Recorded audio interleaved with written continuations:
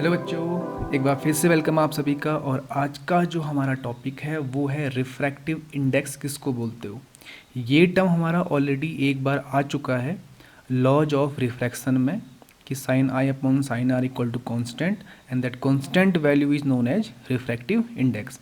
इस वीडियो में हम डिस्कस करेंगे कि रिफ्रैक्टिव इंडेक्स एक्चुअली में है क्या चीज़। तो हमने रिफ्रैक्शन में देखा था, अगर मेरे पास कोई दो मीडियम है, एक मीडियम ऊपर और एक मीडियम ये वाला हो गया, ये ऊपर जो है सारा मीडियम 1 और ये कौन सा मीडियम 2।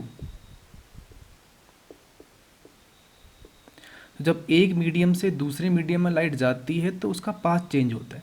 तो अज्यूम करो ये लाइट यहाँ से कुछ इस तरीके से आ रही थी और इसको जाना चाहिए था कुछ इस तरीके से, लेकिन वो थोड़ा सा अपने पाथ से डेविएट हो गई। तो ये इंसिडेंट रे हो गई और रिफ्रैक्टेड रे हो गई।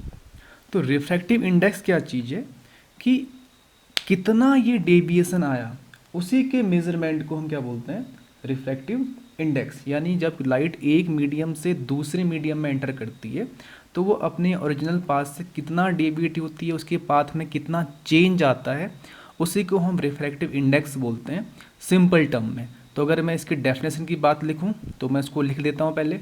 तो डेफिनेशन देखो क्या बोलती है definition, the refractive index is the measure of how much the speed of light changes when it इंटर्स the medium from air. तो ये मीडियम वन मेरा एयर ही है और दूसरा मीडियम कुछ भी हो सकता है, ग्लास हो सकता है, वाटर हो सकता है, कैरोसिन हो सकता है। तो जब लाइट एयर से किसी मीडियम में जाती है, वो मीडियम ग्लास एयर कुछ भी हो सकता है, तो उसके पाथ में कितना चेंज आता है उसी को हम बोलते हैं रिफ्रैक्टिव इंडेक्स। ये एक सिंपल टर्म हो गया। अब रिफ्रैक्टिव इंडेक्स को हम कितने तरीके से रिप्रेजेंट कर सकते हैं उसकी बात हमें करनी पड़ेगी, क्योंकि सिर्फ एक तरीके से ये रिप्रेजेंट नहीं होता, ये बहुत अलग अलग तरीके से इसको रिप्रेजेंट करना होता है हमको। तो देखते हैं कैसे कैसे इसको हम रिप्रेजेंट कर सकते हैं। तो पहला तरीका आपका है रिफ्रैक्टिव इंडेक्स निकालने का। हम कौन सा निकालेंगे, एब्सोल्यूट रिफ्रैक्टिव इंडेक्स निकालेंगे किसी भी मीडियम का। वो क्या चीज़ होता है, एब्सोल्यूट रिफ्रैक्टिव इंडेक्स इसको बोलते हो आप, the ratio of speed of light in air या वैक्यूम। एयर या वैक्यूम दोनों में स्पीड ऑफ लाइट सेम रहती है, एयर बोलो या वैक्यूम बोलो। वैक्यूम मतलब जहाँ पे कोई एयर नहीं, लाइक स्पेस में, to the speed of light in that medium. अगर आपसे पूछे एग्जाम कोई पूछे कि ग्लास का एब्सोल्यूट रिफ्रैक्टिव इंडेक्स निकालना है, अगर ग्लास का आपने, तो कैसे निकालोगे आप कि ग्लास में स्पीड ऑफ लाइट क्या है और एयर में स्पीड ऑफ लाइट क्या है, इसका रेशियो निकालोगे तो वो बोला जाएगा ग्लास का रिफ्रैक्टिव इंडेक्स। या फिर आपसे कोई पूछे वाटर का रिफ्रैक्टिव एब्सोल्यूट रिफ्रैक्टिव इंडेक्स निकालो, तो speed of light in water और speed of light in air का जो आप रिफ्रैक्टिव इंडेक्स निकालोगे वो क्या बोला जाएगा, वाटर का एब्सोल्यूट रिफ्रैक्टिव इंडेक्स बोला जाएगा। यानी किसी भी मीडियम का अगर आपने एब्सोल्यूट रिफ्रैक्टिव इंडेक्स निकालना है तो वो एयर के साथ उसको कंपेयर करेंगे हम, क्योंकि एयर में ही सबसे ज़्यादा स्पीड ऑफ लाइट होती है। तो उससे कंपेयर करेंगे तो हमारे पास जो रेशियो निकल के आएगा उसको हम बोलेंगे उसका एब्सोल्यूट रिफ्रैक्टिव इंडेक्स। यानी अगर आपसे कोई पूछे ग्लास का निकालो तो आप क्या करोगे, एयर में स्पीड ऑफ लाइट क्या होती है और ग्लास में स्पीड ऑफ लाइट क्या होती है, दोनों का रेशियो निकालोगे तो जो ये रिफ्रैक्टिव इंडेक्स एन आएगा वो ग्लास का निकल के आएगा। तो इसका फॉर्मूला क्या बनेगा वो देख लेते हैं। तो क्या निकल के आता है फार्मूला, देखो, refractive index equal to speed of light in air upon speed of light in that medium. जिस मीडियम का हमने इंडेक्स निकालना है, लाइक ग्लास, वाटर या कुछ भी, कैरोसिन, जो भी मीडियम आपका, जिसका भी आपको रिफ्रैक्टिव इंडेक्स निकालना है, और एयर में जो स्पीड होती है, दोनों की स्पीड का आप रेशो निकालोगे तो वो उसका रिफ्रैक्टिव इंडेक्स निकल के आएगा। अगर इसको हम सिंबलिक फॉर्म में लिखना चाहोगे तो हम लिखेंगे n is equal to speed of light in air, इसको हम दिखाते हैं सिंबल सी के साथ, और speed of light in medium इसको हम दिखाएंगे वी सिंबल के साथ। तो ये बनता है हमारे पास फॉर्मूला। रिफ्रैक्टिव इंडेक्स की कोई यूनिट नहीं होती है, बिकॉज ऊपर भी स्पीड है नीचे भी स्पीड है, ऊपर भी मीटर पर सेकेंड नीचे भी मीटर पर सेकेंड, दोनों कैंसिल हो जाएंगे तो कोई यूनिट निकल के नहीं आएगी। अब देखो रिफ्रैक्टिव इंडेक्स किस पे डिपेंड कर रहा है, इस मीडियम पे डिपेंड कर रहा है। जितनी ज़्यादा यहाँ पर मीडियम की स्पीड होगी उतना कम उसका रिफ्रैक्टिव इंडेक्स आएगा। इसको समझो ऐसे, देखो ध्यान से। और एक चीज़ और लिख लेना, कि c की जो वैल्यू होती है वो तो फिक्स होती है 3 इंटू 10⁸ मीटर पर सेकेंड। ये आपका c है, speed of light in air या वैक्यूम में। अब यहाँ से कंपैरिजन करते हैं। देखो, अज्यूम करो आपने किसी एक मीडियम का रिफ्रैक्टिव इंडेक्स निकालना है, तो क्या करोगे आप? ऊपर तो लिख लोगे speed of light in air जो इतनी होती है, और नीचे मान लो 1 इंटू 10⁸ जो मीडियम मेरे पास था, मान लो ग्लास था, उसमें स्पीड इतनी है। तो इसका आंसर कितना है आपका? 3। अगेन चेंज कर लेते हैं। अब अगले 3 इंटू 10 अगले मीडियम का केस 1 ये है मेरे पास, केस 2 मेरे पास ये है। अब नीचे क्या आएगा? Speed of light in that medium. मान लो मैं मीडियम का लेके चल रहा हूँ, कैरोसिन लेके चल रहा हूँ, तो वहाँ पे मान लेता हूँ 2 इंटू 10⁸ स्पीड है। तो यहाँ पे कितना है आंसर? 1.5। इससे कैंसिल आउट हो गया, इससे कैंसिल आउट हो गया। तो क्या मिल रहा है आपको? इस चीज़ में मिल क्या रहा है आपको? देखो ध्यान से, जब जब speed of light in medium ज़्यादा है तब तब रिफ्रैक्टिव इंडेक्स क्या आ रहा है? कम आ रहा है। देखो, speed of light in medium कम थी, रिफ्रैक्टिव इंडेक्स ज़्यादा आया था। जैसे जैसे स्पीड बढ़ी, रिफ्रैक्टिव इंडेक्स क्या होना शुरू हो गया? कम होना शुरू हो गया। तो इसमें क्या रिलेशन मिला मुझे? इसमें रिलेशन मुझे मिला कि जो speed of light in the medium is inversely proportional to the refractive index. जितना ज़्यादा रिफ्रैक्टिव इंडेक्स होगा उतनी कम स्पीड ऑफ लाइट होगी उस मीडियम में। दिख रहा है साफ साफ? जितना ज़्यादा रिफ्रैक्टिव इंडेक्स उतनी कम speed of light in medium. Refractive index घटा तो स्पीड ऑफ लाइट भी बढ़ गई। इसका मतलब क्या हुआ? इसका मतलब ये हुआ speed of light is inversely proportional to refractive index. यानी जितना ज़्यादा रिफ्रैक्टिव इंडेक्स होगा उतनी कम स्पीड ऑफ लाइट होगी। अब आपको ये दे दिया जाए, ये वाला, मैं एक काम करता हूँ, बीच वाला मिटा देता हूँ, समझना इस चीज़ को आप। अब आपसे पूछे कि दो मीडियम का रिफ्रैक्टिव इंडेक्स दे रखा है, एक का 3 एक का 1.5, तो ज़्यादा स्पीड ऑफ लाइट किस में होगी? इसमें, क्योंकि रिफ्रैक्टिव इंडेक्स और स्पीड आपस में इन्वर्सली प्रोपोर्शनल है। इन्वर्सली का मतलब होता है एक चीज़ बढ़ेगी तो एक चीज़ घटेगी। रिफ्रैक्टिव इंडेक्स घट रहा है तो स्पीड ऑफ लाइट बढ़ेगी। हम इसको सिंपल वर्ड में लिखना चाहूँ अगर मैं आपको, तो मैं हिंदी में भी लिखना चाहूँ तो मैं बोलूँगा जितना ज़्यादा रिफ्रैक्टिव इंडेक्स उतनी कम स्पीड ऑफ लाइट।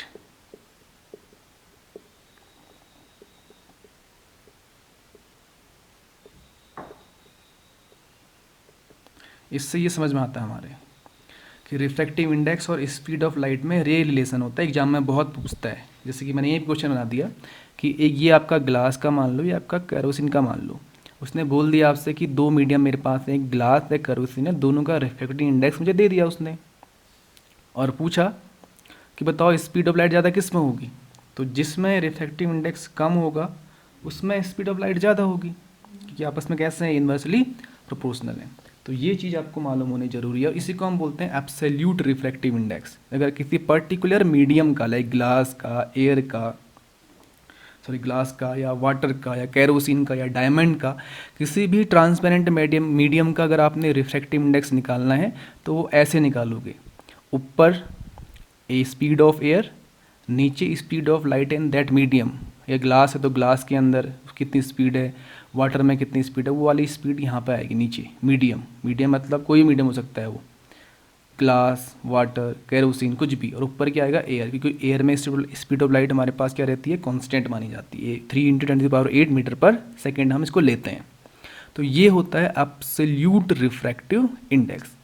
अब दूसरा आता है रिलेटिव रिफ्रैक्टिव इंडेक्स। ये किसको बोलते हैं उसको देखते हैं इससे आगे। अब दूसरा आता है रिलेटिव रिफ्रैक्टिव इंडेक्स। अब रिलेटिव, पहले तो एब्सोल्यूट था यानी किसी एक पर्टिकुलर मीडियम का, अब दूसरा है रिलेटिव रिफ्रैक्टिव इंडेक्स, यानी जब लाइट एक मीडियम से दूसरे मीडियम में एंटर कर रही है तो उस एंटर करने में कितना स्पीड चेंज हो रहा है उसमें हम रिलेशन निकालेंगे, उसको रिलेट करेंगे। तो रिलेटिव रिफ्रैक्टिव इंडेक्स किसको बोलते हैं? कि जब लाइट मीडियम 1 से मीडियम 2 में जा रही है, हम इसको सपोज कर रहे हैं कि let light is going from medium 1 to medium 2, तो उस केस पर मीडियम 2 का जो रिफ्रैक्टिव इंडेक्स होगा किसके रिस्पेक्ट में? मीडियम 1 के रिस्पेक्ट में। मीडियम 1 आप कुछ भी हो, एयर हो या कुछ भी हो, उससे फर्क नहीं पड़ता है, ठीक है, उससे फ़र्क नहीं पड़ता है, मीडियम टू कुछ भी हो, एयर हो या कुछ, मैंने अभी ग्लास में ब्रैकेट में एयर लिख दिया है, जरूरी नहीं कि आप एयर ही लिखो, वो मीडियम वन कुछ भी हो सकता है, मान लो ऊपर भी आपका डायमंड है, नीचे आपका ग्लास है। तो जब भी लाइट मीडियम वन से मीडियम टू में जाती है तो मैं फिलहाल अभी ग्लास और एयर को छोड़ देता हूँ यहाँ से, मीडियम वन मीडियम टू कुछ भी हो सकता है, एयर नहीं है मान लो। तो जब भी लाइट मीडियम वन से मीडियम टू में जाती है तो मीडियम टू का रिफ्रैक्टिव इंडेक्स क्या है इसके रिस्पेक्ट में। तो अभी आपने पढ़ा था n is equal to c upon v, इससे पहले वाले में सी क्या होता है स्पीड ऑफ लाइट, वी क्या होता है speed of light in that medium, particular medium, उसको तो हम एब्सोल्यूट बोलते हैं। अभी हम निकाल रहे हैं रिलेटिव, तो उस केस पर अगर इसकी स्पीड को v2 मानोगे, इसकी स्पीड को v1 मानोगे, तो हम ये फार्मूला यूज़ नहीं करेंगे, क्या बोलेंगे इसको v1 अपॉन v2, क्योंकि ये क्या है, ये रिलेटिव रिफ्रैक्टिव इंडेक्स है, दो मीडियम का आपस में रिलेट कर रहे हैं। तो इसको हम कैसे लिखेंगे उसको समझते हैं पहले। तो अगर हम बात करें रिलेटिव रिफ्रैक्टिव इंडेक्स की, तो हम अज्यूम करें कि लाइट मीडियम वन से मीडियम टू में जा रही है, तो let the light goes from medium one to medium two, then the refractive index of medium two with respect to medium one. Refractive index का निकलेगा यहाँ पे मीडियम टू का किसके रिस्पेक्ट में, मीडियम वन के रिस्पेक्ट में, इसका निकलेगा इसके रिस्पेक्ट में। लाइट कहाँ से कहाँ जा रही है, मीडियम वन से मीडियम टू में जा रही है, तो मीडियम टू का रिफ्रैक्टिव इंडेक्स किसके रिस्पेक्ट में, मीडियम वन के रिस्पेक्ट में। तो लिखा है यहाँ पर देखो, then the refractive index of medium two with respect to the medium one is known as relative refractive index. अब इसका अगर हम फॉर्मूला लिखना चाहेंगे तो हम बोलेंगे refractive index of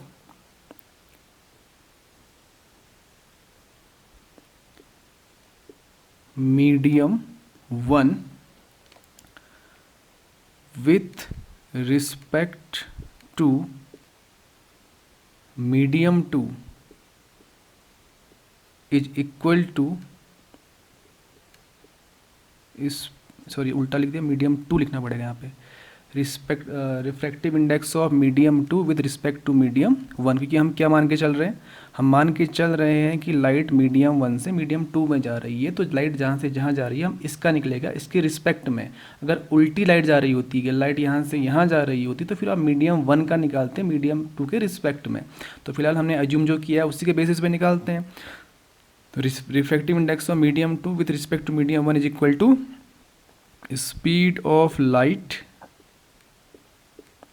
in medium 1 upon speed of light in medium 2।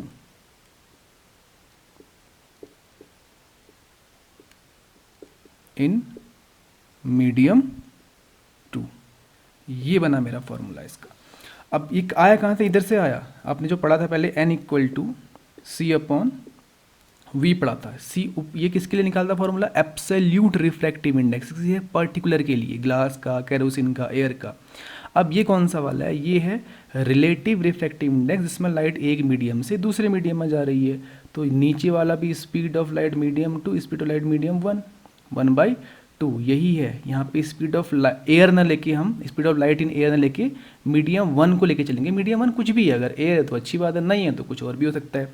तो जिसका अब हम सिंबल यूज करेंगे, जो लिखने का सिंबल भी होता है, अभी ये बड़ा इंपॉर्टेंट है। हम इसको लिखेंगे कुछ इस तरीके से, N221 is equal to V1 upon V2। V1 क्या है, इसमें speed of light medium one में, और V2 क्या है, speed of light in V2।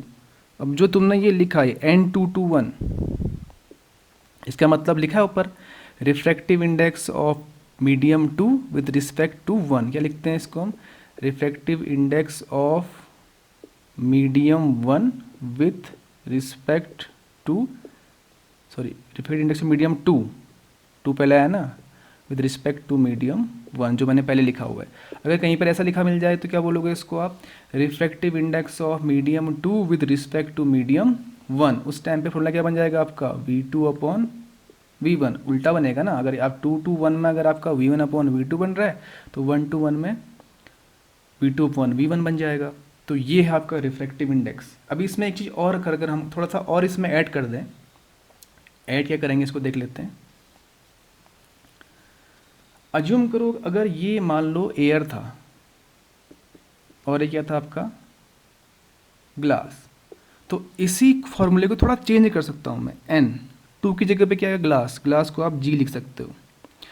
One की जगह पे क्या आएगा एयर, यानी इसको आप ए लिख सकते हो। N g a equal to v one, speed of light in medium one, medium one क्या है एयर, तो मैं वन ना लिख के इसको वी ए लिख देता हूँ, speed of light in air. और मीडियम टू क्या है ग्लास, तो इसको मैं वी जी लिख सकता हूँ। इसको ऐसे भी लिखा जा सकता है अगर ऊपर वाला मीडियम एयर नीचे वाला ग्लास आपको मालूम है। तो एक तरीका तो आपके पास ये है रिफ्रैक्टिव इंडेक्स को निकालने का। एक तरीका आपके पास और है रिफ्रैक्टिव इंडेक्स को निकालने का, वो फॉर्मूला है कि refractive index of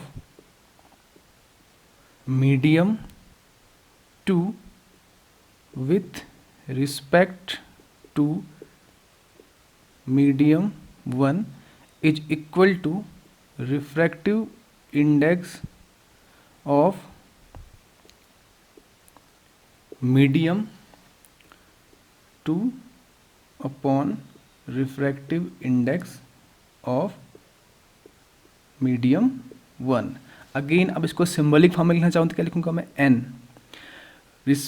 medium two with respect to medium one, मतलब टू वन लिखना पड़ेगा आपको simple, is equal to refractive index of medium to.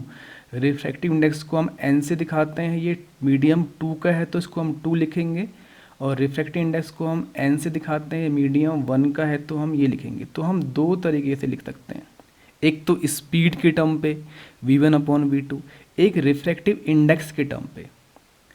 अब ये फॉर्मूले ड्राइव करने पड़ते हैं वैसे, लेकिन क्लास 10th में आपको ड्राइव करने की ज़रूरत नहीं है, आप जस्ट इसको मेमोराइज करेंगे कि दो तरीके से हम रिलेटिव रिफ्रैक्टिव इंडेक्स निकाल सकते हैं, स्पीड के टर्म पे, स्पीड ऑफ लाइट के टर्म पे, और रिफ्रैक्टिव इंडेक्स के टर्म पे भी। अब इसको अगर मैं एयर और ग्लास के टर्म पे लिखना चाहूँ तो मैं क्या लिखना चाहूँगा बताओ, टू की जगह क्या आ जाएगा ग्लास और वन की जगह क्या आ जाएगा एयर, तो n g a is equal to n two, n two क्या है मेरे पास ग्लास, और एन वन, वन क्या है मेरे पास एयर, तो एन ए। इसको हम ऐसे भी लिख सकते हैं अगर मीडियम प्रोवाइड किए गए हों, अगर नहीं है तो फिर वन और टू लिख सकते हो, उसको आप किसी भी तरीके लिखना चाहो आपकी मर्जी है। तो इसको हम बोलते हैं relative refractive index, simple word में कि जब लाइट एक मीडियम से मीडियम टू में जा रही है तो फिर हम मीडियम टू का रिफ्रैक्टिव इंडेक्स निकालेंगे वन के रिस्पेक्ट में।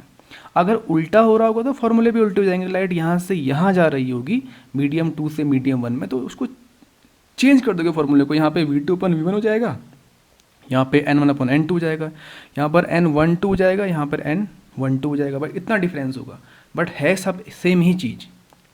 तो ये होता है रिलेटिव रिफ्रैक्टिव इंडेक्स। तो यहाँ पे आप इसको इक्वेशन वन मान लो, यहाँ पर आप इसको इक्वेशन टू मान लो, क्योंकि आप आगे बढ़ने वाले हैं और आगे बढ़ के हमारे पास ये कुछ काम की चीज़ें हैं आपकी, ये आपको फिर से काम आने वाला है। तो रिलेटिव रिफ्रैक्टिव इंडेक्स यहाँ पे ख़त्म हो जाता है। अब हम बात करेंगे अगला जो टॉपिक आएगा हमारे पास कि मीडियम वन का रिफ्रैक्टिव इंडेक्स और मीडियम टू का जो रिफ्रैक्टिव इंडेक्स है उनके बीच में एक रिलेशन निकलता है। वो रिलेशन क्या होता है उसकी बात करते हैं, इसके अलावा एक रिलेशन और निकल के आता है। तो अगला रिलेशन हमारे पास ये है कि क्या बोलता है कि refractive index of medium two with respect to medium one is the reciprocal of refractive index of medium one with respect to medium two. पहले इसको लिखना सीखो आप कि refractive index of medium two with respect to medium one, क्या लिखोगे इसको आप n two one, refractive index of medium two with respect to medium one is equal to, is reciprocal of, reciprocal मतलब one upon refractive index of medium one with respect to medium two, मतलब n medium refractive index of medium one with respect to two. ये relation होता है बोल रहा है। ये कैसे रिलेशन आया, इसको हम बहुत इजीली प्रूव कर सकते हैं। देखो ध्यान से, आप जानते हो इससे पहले अभी देखा था आपने n two two one equal to क्या होता है v one upon v two होता है, ठीक। देयरफॉर अगर मैं इसको एन वन टू टू कर दूं तो क्या बन जाएगा मेरे पास ये v two upon v one. इसको इक्वेशन वन मान लो, इसको इक्वेशन टू मान लो, तो इक्वेशन वन मल्टीप्लाई बाई 2 करके देखोगे अगर आप, तो n21 into n12 is equal to v1 upon v2 into v2 upon v1। R H S को आर एच एस से मल्टीप्लाई करोगे, एल एच एस को एल एच एस से मल्टीप्लाई करोगे, तो इससे तो कैंसिल आउट हो गया पूरा का पूरा। तो क्या बना मेरे पास, n221 into n122 is equal to 1। तो therefore n221 is equal to 1 upon n122। ये जो हम पहले भी इसको एक बार लिख चुके हैं। अब इसको एक तरीके से और लिख सकते हो आप। कैसे लिख सकते हो, समझो इस बात को। अज्यूम करो ये दो मीडियम है, ऊपर वाला आपका एयर है, नीचे वाला आपका ग्लास है। मीडियम 1 को मैं एयर मान रहा हूँ, मीडियम 2 को ग्लास मान रहा हूँ। तो लाइट यहाँ से आई, यहाँ जानी चाहिए थी, थोड़ा बेंड हो गया इधर की ओर। तो इसी को मैं लिखना चाहूँ, कैसे लिख सकता हूँ देखो। अगर इसके लिए लिखना चाहूँ, इस वाली कंडीशन के लिए लिखना चाहूँ, तो n2 कौन है मेरे पास, ग्लास है, ये मीडियम 2 है, ये मीडियम 1 है। g1 कौन है, air, is equal to 1 upon NaG। आपस में रेसिप्रोकल मिल जा रहे हैं आपको ये। तो ये है आपका एक रिलेशन, काम का रिलेशन है बहुत, कि यानी एक दूसरे क्या होता है, ये रेसिप्रोकल होते हैं। Medium 2 with respect to medium 1 and medium 1 with respect to medium 2 आपस में एक दूसरे के रेसिप्रोकल होते हैं। इसको मैंने जी और AG के टर्म पे क्यों लिखा, बिकॉज मैं मीडियम 1 एयर मान रहा हूँ और मीडियम क्या मान रहा हूँ, मैं ग्लास मान रहा हूँ। आप कुछ और भी हो सकता है, जरूरी नहीं कि हर बार एयर ग्लास हो, वाटर भी हो सकता है कि एयर की जगह पे। तो हो सकता है कि ये रिलेशन बार बार चेंज होता रहा। 1-2 के टर्म पे तो बहुत ईजीली लिख सकते हो आप, बट एग्जाम में कई बार ऐसे दे देते हैं क्वेश्चन में, तो सॉल्व कैसे करोगे समझना है उसको। इसके बाद लास्ट टॉपिक आता है रिफ्रैक्टिव इंडेक्स का, कि किस किस फैक्टर पे refractive index of a medium depend करता है। तो जो फैक्टर्स अफेक्ट कर सकते हैं किसी भी मीडियम के रिफ्रैक्टिव इंडेक्स को, वो पहला तो होता है आपका नेचर ऑफ मटेरियल, यानी वो मटेरियल किसका बना हुआ, प्लास्टिक का है तो प्लास्टिक का कुछ और होगा रिफ्रैक्टिव इंडेक्स, ग्लास का कुछ और होगा। तो पहले कंडीशन तो बहुत सिंपल सी है। दूसरा है optical density of the medium से भी फर्क पड़ता है। आप जानते हो अगर ऑप्टिकल डेंसिटी किसी की ज़्यादा होगी, हाई होगी, तो उसमें स्पीड ऑफ लाइट क्या होगी, स्पीड ऑफ लाइट कम होगी।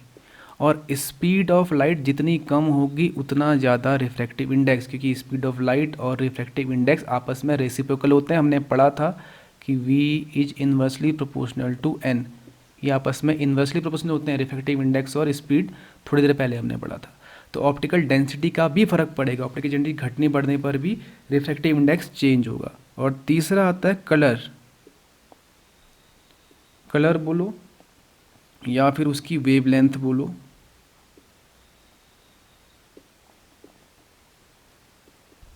Of light.